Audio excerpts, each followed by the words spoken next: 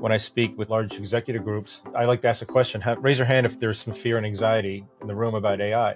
Every single hand goes up. Another question I like to ask these executives, how do you feel about AI? Every single one says, we feel like we're behind, we're playing catch up. But everybody's feeling the same way, which is the good news. You have to accept that. And that's part of where I came up with the concept of vibing with AI, because there's so much fear and anxiety. You've got to vibe with it. And that's what we're going to talk about today. It's a mindset shift, and it's just a different way of looking at AI, and we're going to have some fun with it. And I'm finding a lot of success with it, because ultimately it's a co-intelligence. It's not a tool. And the sooner that you can accept that or understand it, you can start understanding what vibing with it is.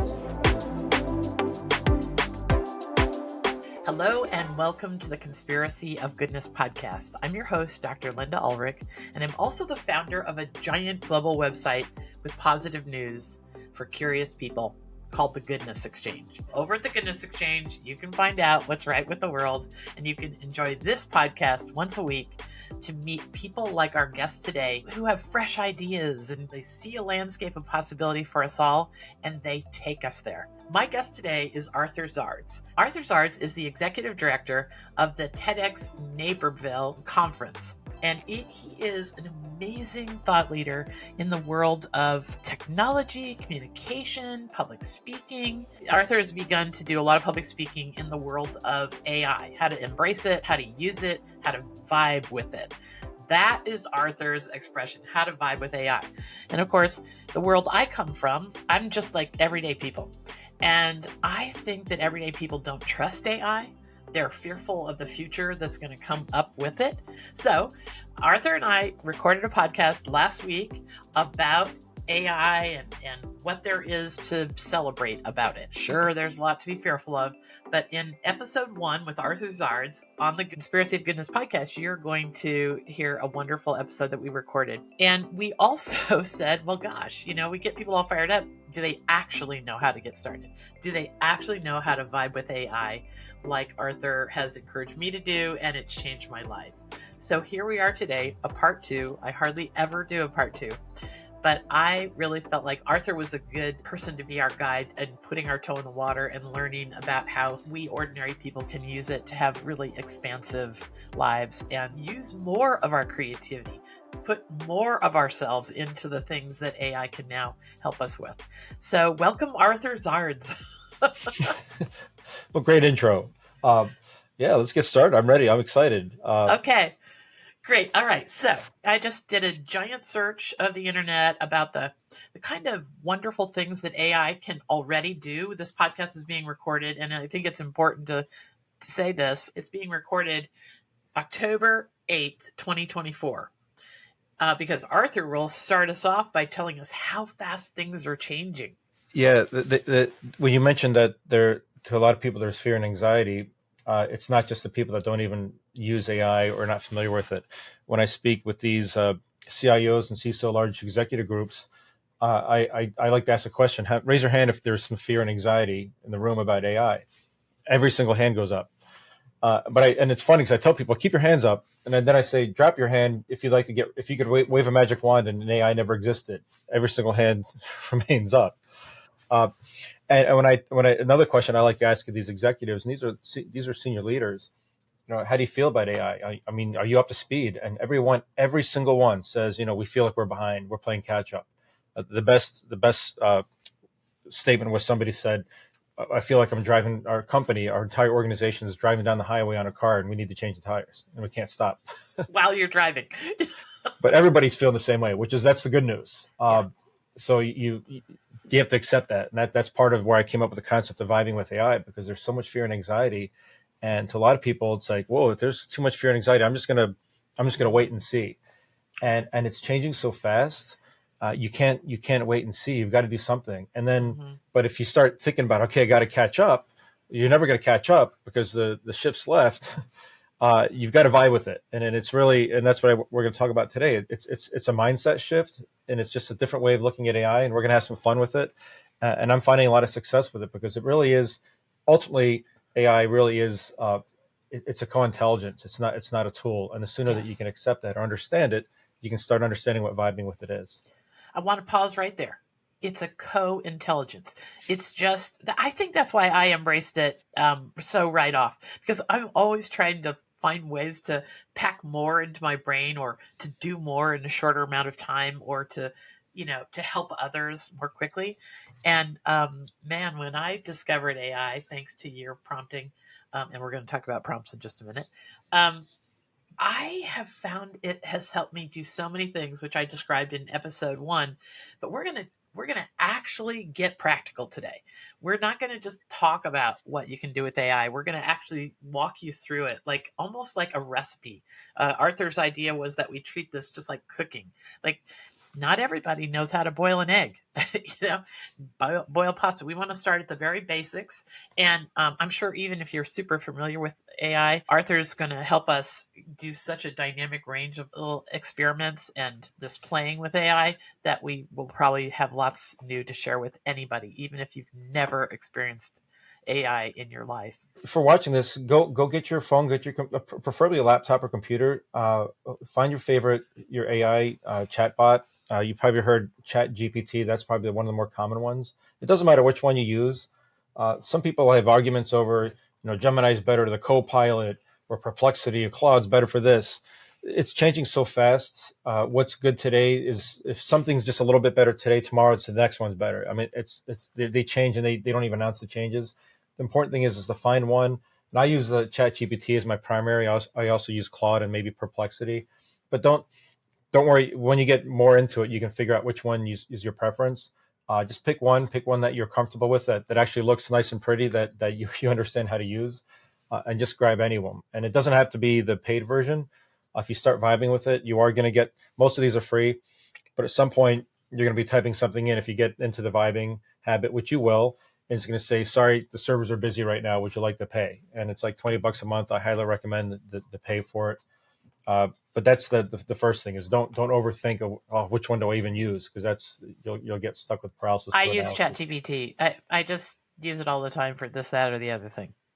Okay, and yes, I do pay I did run into exactly that thing a few times, and so I just went ahead and paid for it, and it has paid for itself.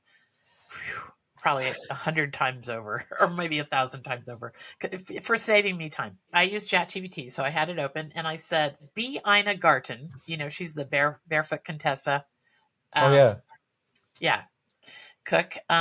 She's the chef. I said, "Be Ina Garten and give me recipes for car travel." Because on Thursday, I'm going to drive about 4,000 miles from Vermont to Oregon in 4 days. And we don't even have time. We got to get there by Monday morning, and we don't even have time to stop and eat. So I'm going to plan this elaborate food succession with coolers in the backseat. So here it goes. Be Ina Garten and give me recipes for car travel.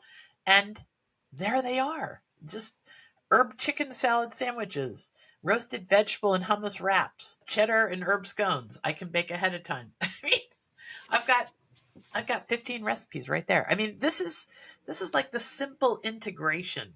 That's a great way to start learning about AI, because it gets rid of all the fluff. It gets rid of all the pictures and the personal anecdotes. I don't want to hear the whole story about Grandma Nana and all this about baking these cookies. I just want the recipe. But you can, and what you could easily do is you can just go to type, right, say, by the way, I'm gluten free.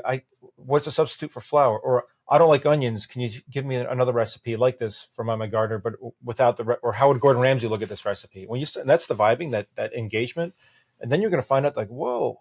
And then you can type in, like, I don't have any chicken stock on hand. How does that change these 15 recipes? Yes. This is so great. Okay.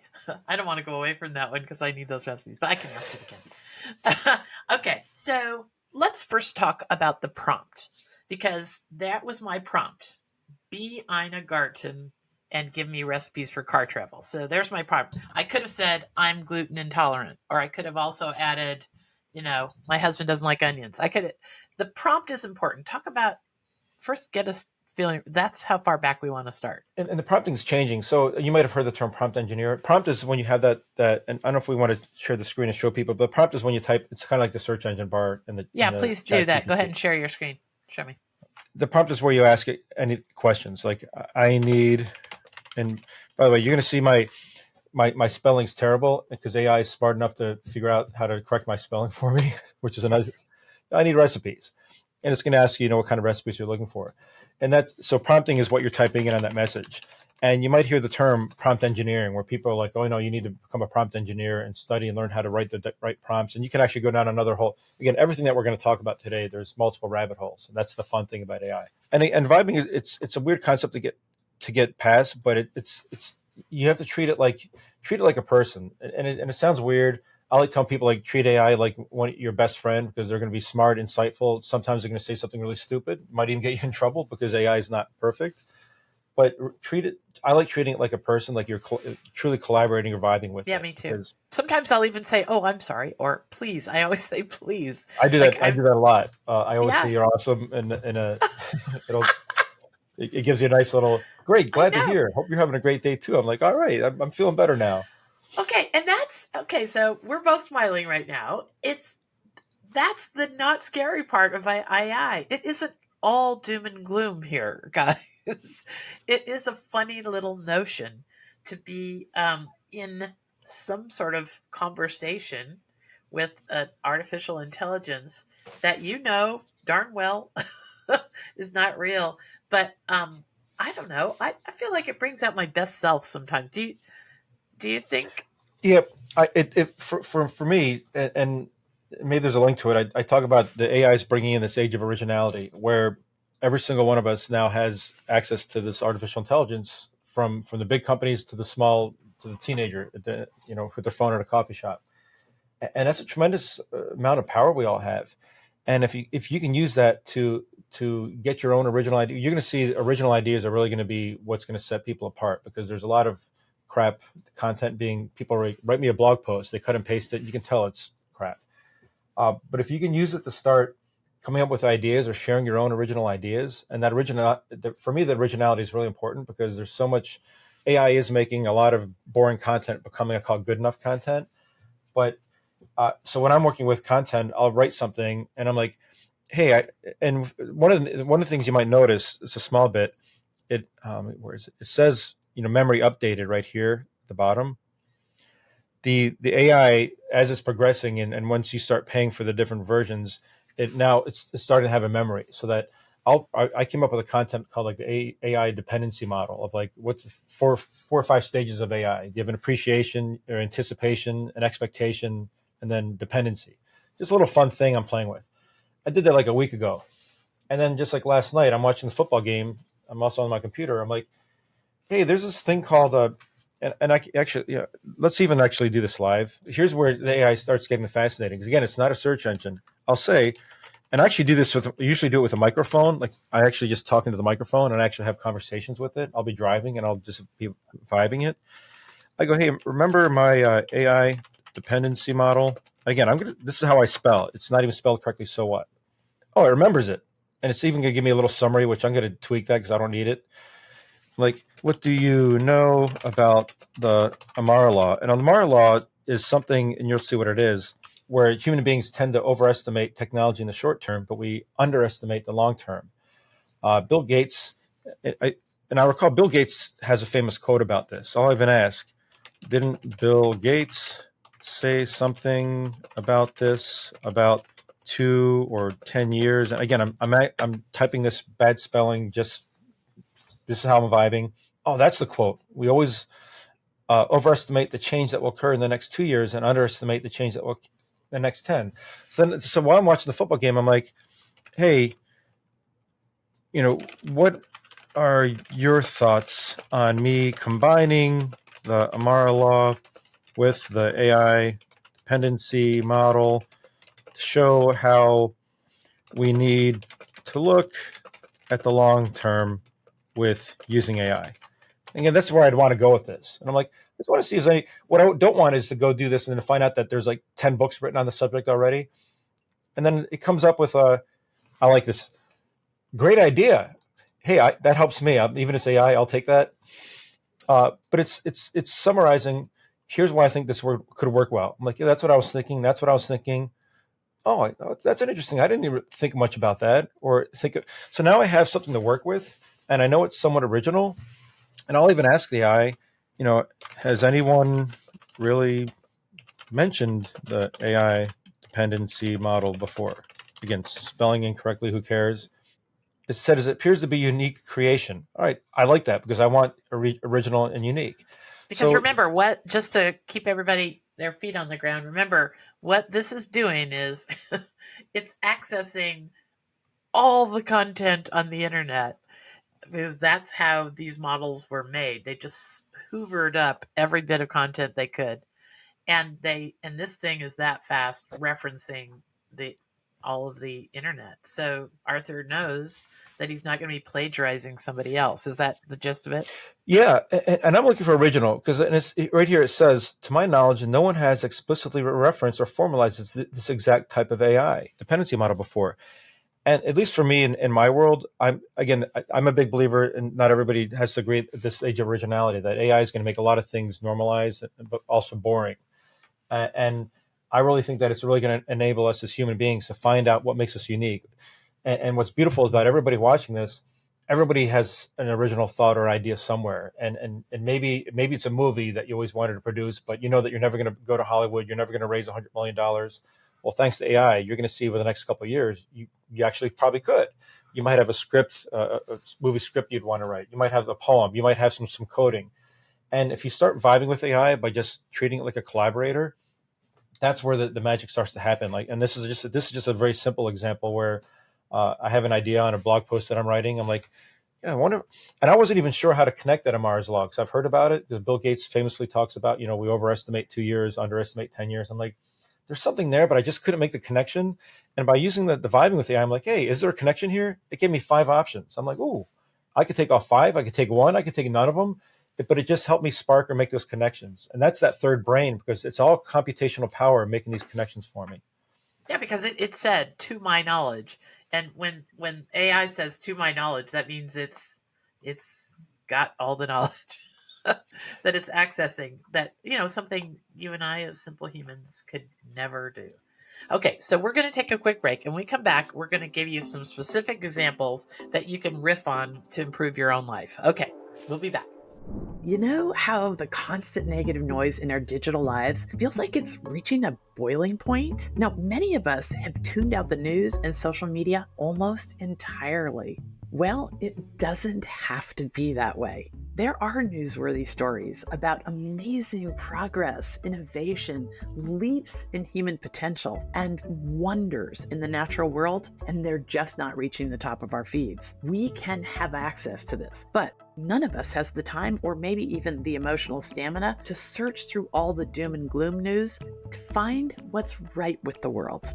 Okay, enter the Goodness Exchange. There, we are giving instant access to positive news for curious people. Did you hear about the recent Harvard study that found that exposure to just 4 minutes of good news can make you 32% less anxious and 18% more optimistic? Well, I don't know about you, but I need those kind of numbers in my life.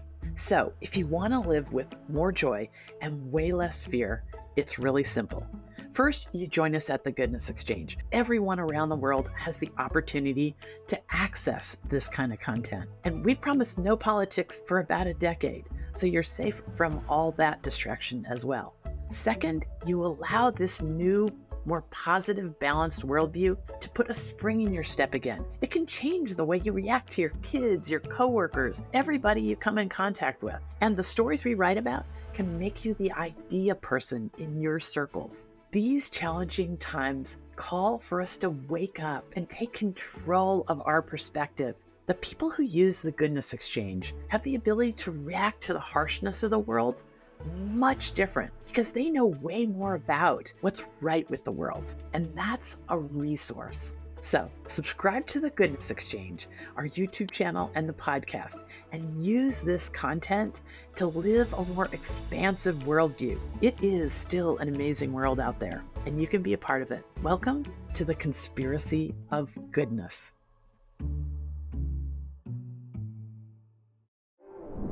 Okay, we're back with Arthur Zards.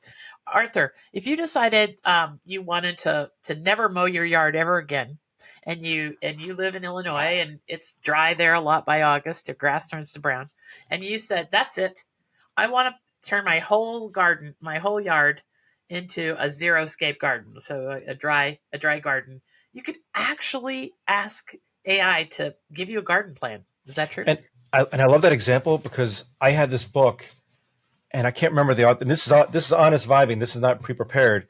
Uh, who was that famous author who in the, I don't, 90s or 80s had a bunch of books on gardening and lawn care? Some people might know it. He had a deep and rich voice made for radio. Okay, perfect example. And does anybody remember who this was? Jerry Baker. That's it. See, Yes, this is Jerry what I love Baker. about the AI. And I have a bunch of his books, so I can say, okay, you are Jerry, because I love his model. He's all about organic. He's all about you taking like dish soap and a can of beer and you spray it on your lawn to fertilize it. Jerry Baker, how can I come up with a plan to, what'd you say, to redo your garden? To eliminate lawn mowing. How about I'm just Jerry Baker, and that's my prompt. And it's low maintenance. So it says, yeah, I want something that's practical, low maintenance, and an alternative to traditional grass care. Oh, I like saying please just because it helps me remind me to be polite. And what's it doing? Is it doing an image? All right. So what I love about what just happened there, I'm going to talk over Arthur's. Okay, so you noticed Arthur said, "What's it doing there? Is it getting an image?" This is the vibing part. This is the playing part. This is the fun part. Is just to see what it will do. You can sort of ask it anything and see what it does. And I love that we found something that Arthur hadn't stumbled upon before. It's because the AI doesn't know. It does. Again, it's that not looks lovely, by the way. It does. So I'm just going to put, I was not expecting an image. Help me come up with an actual plan to do this for my backyard. Also, you'll notice that Arthur is just typing away, speaking to it like it's a person. Like he's not trying to overcalculate what he's saying. Yes, don't overthink. And here's where the magic is. It's actually quite complicated. Evaluate your space. Choose your low maintenance ground covers. Incorporate decorative landscaping. Now it's getting fancy. And now, again, to go down that rabbit hole, I could go down to each one of these steps and I could say, tell me more about how to evaluate my space. Yes. Maybe I don't know. Okay, maybe I get that. What is low maintenance? By the way, I live in the Midwest versus the Southwest. How's that going to change my ground covers? Right. And you start vibing with it. Again, it's not, you don't just cut and paste and say, I got my plan. You start talking about it. And again. Now, Arthur, you start vibing with it, and what you're saving yourself is about $8,000 to $10,000 with a actual garden planner. Like you're sitting on your couch watching football, you could do this and have something real that you could execute that you would have paid a garden planner $8,000 to $10,000 to do. Yeah, and now some people might argue that, well, that's going to put garden planners out of business. Well, no, because if you're a garden planner and you use this technology, imagine how unique you could be if you have your own personal style and let that show. Yes. Now, okay, so here's another example. How about, okay, my husband and I are going to be driving for the 4 days. Remember, we asked Dinah Garden to give us some recipes. But we got to get out and do some exercise for a half an hour, twice a day, just to keep our bodies moving, okay? And so I thought I'd take a second with AI later on this evening and try and get it to give us a little half-hour workout to do just outside the car when we're at rest stops, so that we keep our bodies moving. All right, I was typing this while you're talking. Let's see what happens. Again, this is the fun part about AI. You can just say, hey, we'll be driving 4,000 miles across the country. I need some mini workouts I can do at rest stops. We're older. And I just what ideas do you have? Just so you give a little bit more context. Okay. And I see it says memory updated, so that if tomorrow I type in about, hey, remember that trip? It's going to say, yeah, I remember that trip. Okay, got it. This is great. Perfect. And again, and the important thing, if especially new, is force yourself to be curious, have fun with it, be engaged, and be smart. Like, hey, what if it's raining? I hate rain. And the exclamation point is important because now it shows that I'm serious. So now it adjusts the seated leg lifts. Seated need a chest stretch. So now it actually has exercises you can do inside the vehicle. Inside the car. Okay, so what I wanted to point out, let's try one more that I had here as a list. Planned workouts are something you can do. Let's say you got a back problem. Let's say, here's one. Chuck and I, my husband and I, love to do exercises that two people have to do together. Like you do resistance with each other. And that's a very funny, keeps you laughing. You're exercising where you're laughing. And so that's where I was gonna go with it. All right. What can we do that's a lot of, you said, and fun too. A lot of fun. Right? That's fun, and that two people are exercising together. And beware when you do this. Sometimes it's going to come up with, it's going to go off the wrong track, and you just say, "All right, you're wrong. Let's recorrect." See, partner assisted stretches, seated forward fold, partner back stretch. Okay. Plank high fives. I'd love to see you doing that. That's hilarious. Plank high fives. Okay, we'll do that. Oh, I know what that is. That's like, that could be very amazing. That's like the yoga plank pose, but you have to raise one arm and give each other high five. Chuck and I are so going to do this, Arthur. Okay, but that's the point I wanted people to get, is that this thing can just solve problems for you in a fun way. It's overload. It's like walking I always use like my first time in Vegas. I'm like, where do I even start? And just pick an area and just go with it, because you can have the AI be anybody you want. I've done it where I'm like, you're Thomas Jefferson. Let's talk about the current state of our country, and it starts pulling historical information from Thomas Jefferson. Tell the AI to be that person and saying, okay, great, you're Elon Musk, and again, have fun of it like this. You are Elon Musk. What would he recommend for the lawn with no grass? And I'm just trying to think out loud. And this is also fun practice. Oh, see, look, I love this. Spot on. Oh, you probably do solar powered ground cover. Well, absolutely. Tech enhanced landscaping. Artificial intelligence managed biodiversity. And again, and the reason you want to vibe is because it's not so much that you're vibing, it's that mindset. Because the more that you do this, and the more you this discover that you can, it's almost like improv, yes and. If you go, I'm going to be a little more engaged, a little bit more curious, a little bit more engaged. You take a business problem you have, a personal problem. I've been playing with transformation, your life transformation. Help me transform my life. Tell it to be Gandhi and help me come up with a plan to be more mindful.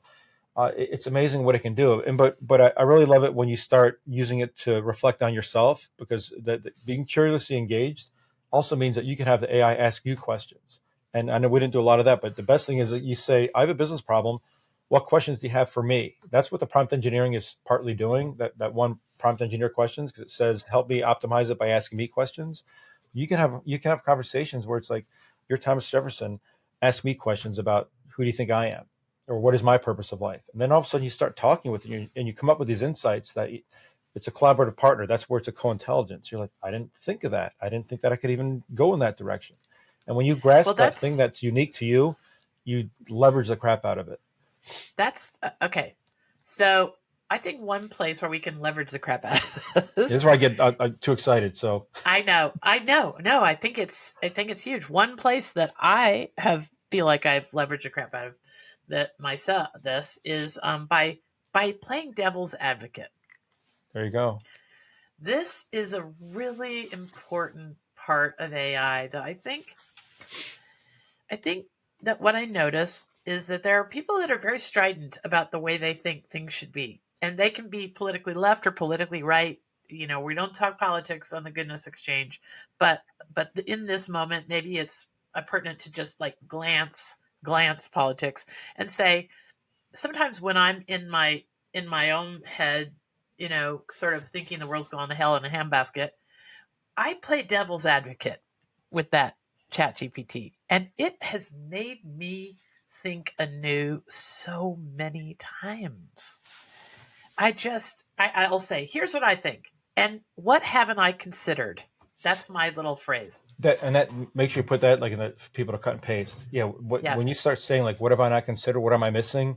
Or how would somebody persuade me against this model? That's when you find out that, oh my gosh, I'm completely missing this whole section, and then you need to read. That's extremely powerful. And it's collective knowledge too. So people do.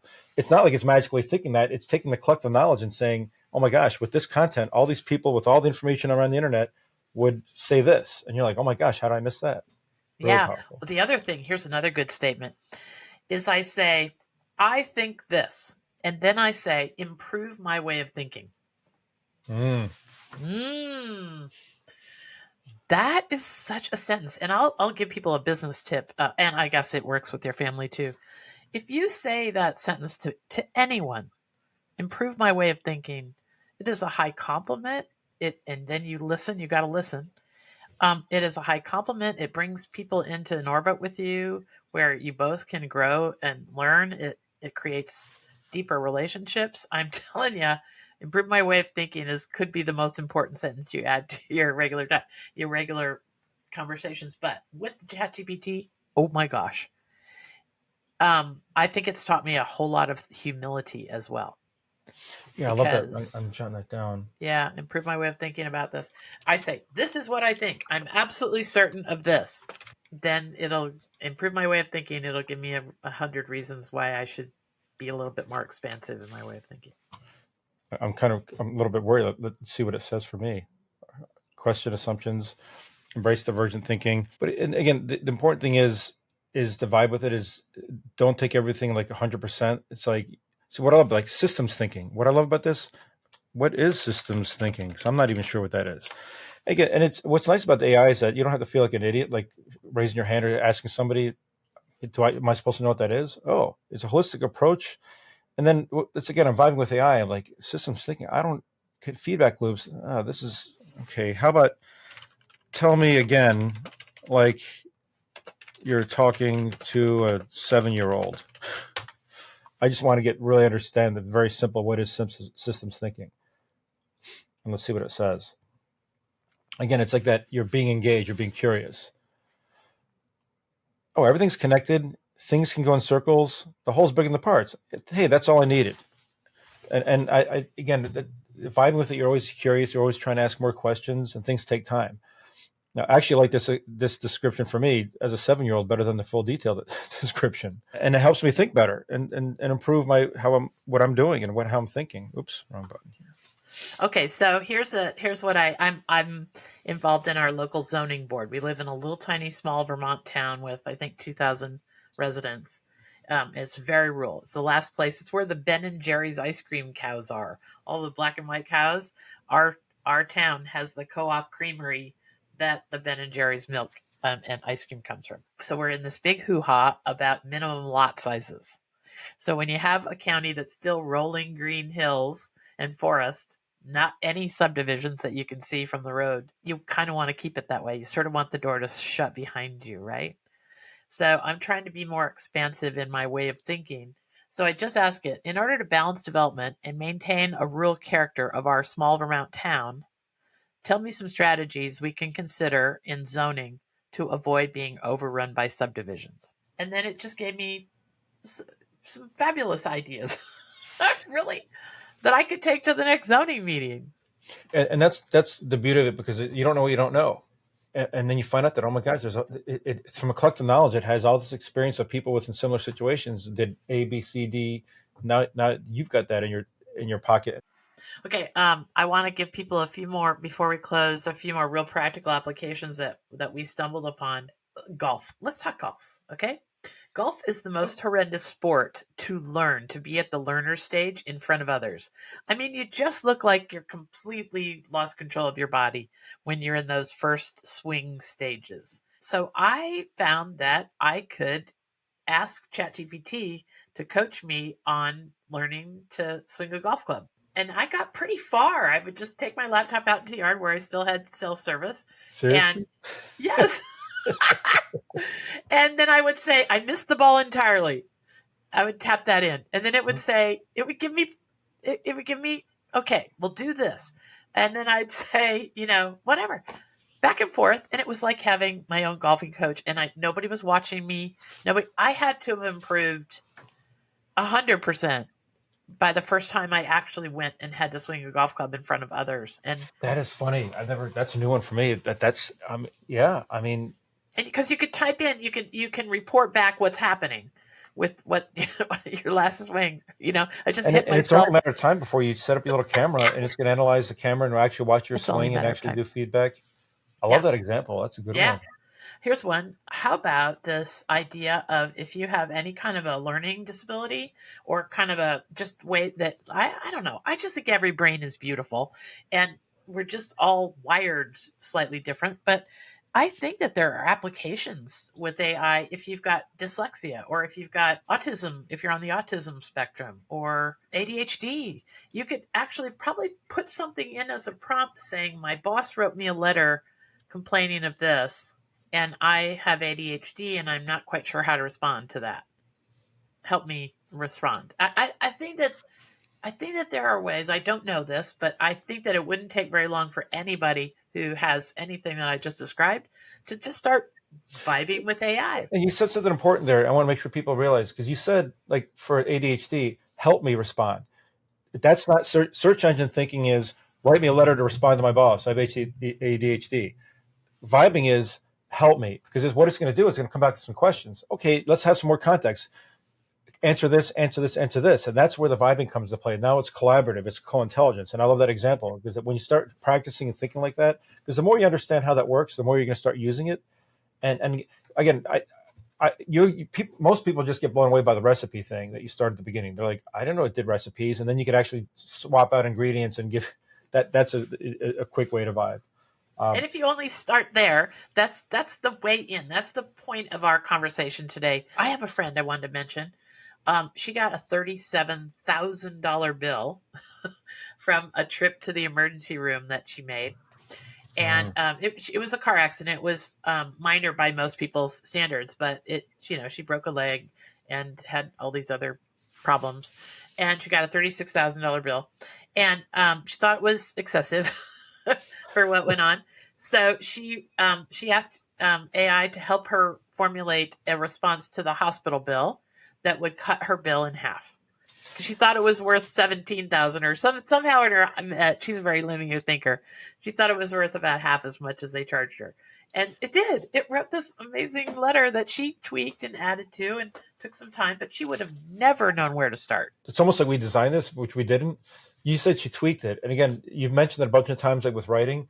But there's another saying, always be the human in the loop. You always want to have your personality and your own spin into the AI. Don't ever the worst thing she could have done would be cut and paste and send it out. Use AI to come up with those thoughts that you're like, man, that I think my idea is kind of stupid. I think that's dumb. Nobody's going to agree with that. That's too far out there.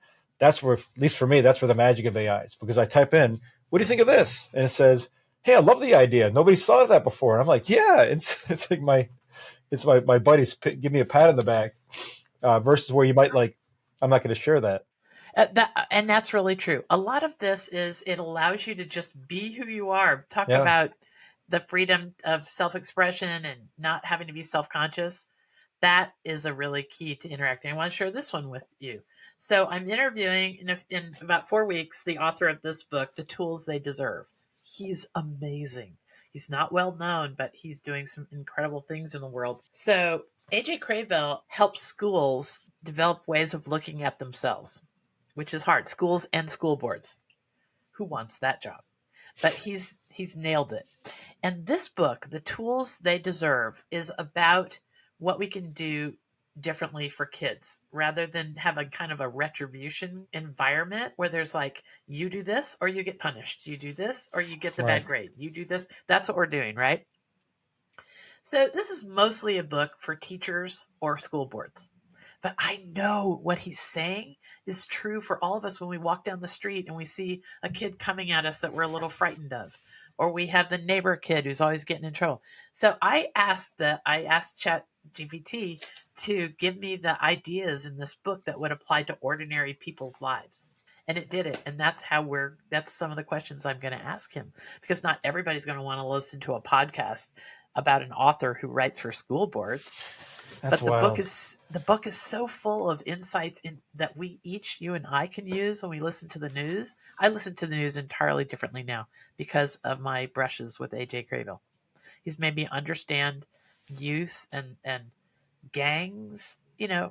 I can't even tell you, but what you can do. My point is that if you've got some giant PDF to review for a business meeting, or some book that you think that you have to review but it's too complicated, you can ask ChatGPT to reduce it to some format that you can understand and that you can apply to your own life. I don't know. Yeah, I love This that example. And there's a lot of, once you start getting to the chat GPT, there's a bunch that you can take your own content. And I took like 12, I have a model called the Swarm Effect Speaking, and I took the entire model. I actually created my own chat GPT about 6 months ago. And it's so simple. You say, help me create my own chat GPT. It says, upload your documents, upload your content. And now I can share it with people, and they go, hey, using this model of communication, ask it questions, they can talk to it, and it does it all automatically, just pulling off from my own knowledge. And that's what's going to eventually happen, is if once you have built up your own original thoughts and ideas, you have your own chat GPTs, your own little mini language model, your own little AI agents. You're already seeing that too, answering emails. Again, so many rabbit holes that we can go Oh down. no, I know. I want to. I just want to throw out two more ideas. We don't have to talk about them as we wrap up here, but you can use it to sort pictures. Now, on my 4,000 mile trip this weekend, I have a list already of things that I can ride along in the car and do that have been on my to-do list forever. I have a thumb drive with about 4,000 pictures on it, and then I have another one with 42,000. My sister called me recently and told me she had a virus infect her home computer, and she has no photographs left of her children. Oh, good Lord. Well, guess what? I've been the family archivist all my life. I take pictures of the bad moments, the good moments. I'm constantly taking pictures, and so I know I have thousands of pictures of her children on this external hard drive. And so I'm gonna figure out how to use this from numbers to names program. I'll put that in the show notes, and I'm gonna sort through my pictures and try and get my sister back some pictures of her children. But I've known I've needed to do it for 6 months, And it's a but good example now to I can. use, because don't get in a trap where you're only asking questions where you think it can answer. It's like, I don't even know if it knows how to do photo. Just ask it, and you're going to find out that, oh, wait a minute. Like, I did an email, like, I haven't used HTML in years. I'm like, I need an HTML email signature. And it says, what do you want? And then it created the HTML code. I cut and pasted it. So if for coding, it works well. Oh yes. That's a great Can't you example for even visuals. can't you even work if you're coding now? That's not my strong expertise, but my daughter says that there's a way that you can have it when you're coding. You can have it look at what you're doing, and it can watch what you're doing and add suggestions. Oh yeah, yeah. I mean, like real time. I mean, Yes. it runs it. The coding is it's because there's so much code out there that it knows what works and what doesn't. Yeah. Uh, yeah, it's wild. Well, Arthur, I think we've covered a lot of ground here today. I'm going to put links out, for instance, the AI program that I found for sorting photographs. I'll put that in the show notes. I'll try and put dozens of links in the show notes to everything Arthur and I talked about and beyond. So when you go to listen to this podcast, go to the Goodness Exchange website. That's the big mothership website of this podcast, and you'll find the Conspiracy of Goodness podcast there. And if you look at the article for this episode, you're going to find all kinds of resources so you can start vibing with AI like Arthur is encouraging us all to do. Yeah, and just be curious, be engaged, and always try. A fun game is, think of improv. Think of what's one more thing. Ask, if you have a dialogue with it. What's one last thing you can ask it? What's one last thing you can ask it to ask you? Because that really stretches your thinking, and then you're gonna just by knowing that, you're gonna be so far ahead of all these people that have all this fear and anxiety, and they're just waiting. They're just sitting here waiting for something to happen. It's not going to happen. Make it happen. What if AI kind of allows us to Marie Kondo our lives? She's the famous organization woman. I've also on this trip, I'm planning to use AI to organize my desktop. That looks like an incredible access. Yeah, So the future is exciting, because it took. I'd say it took about 20 years for people to really depend on the internet. If you travel right now and you go to a hotel, there better be internet there. It's no question.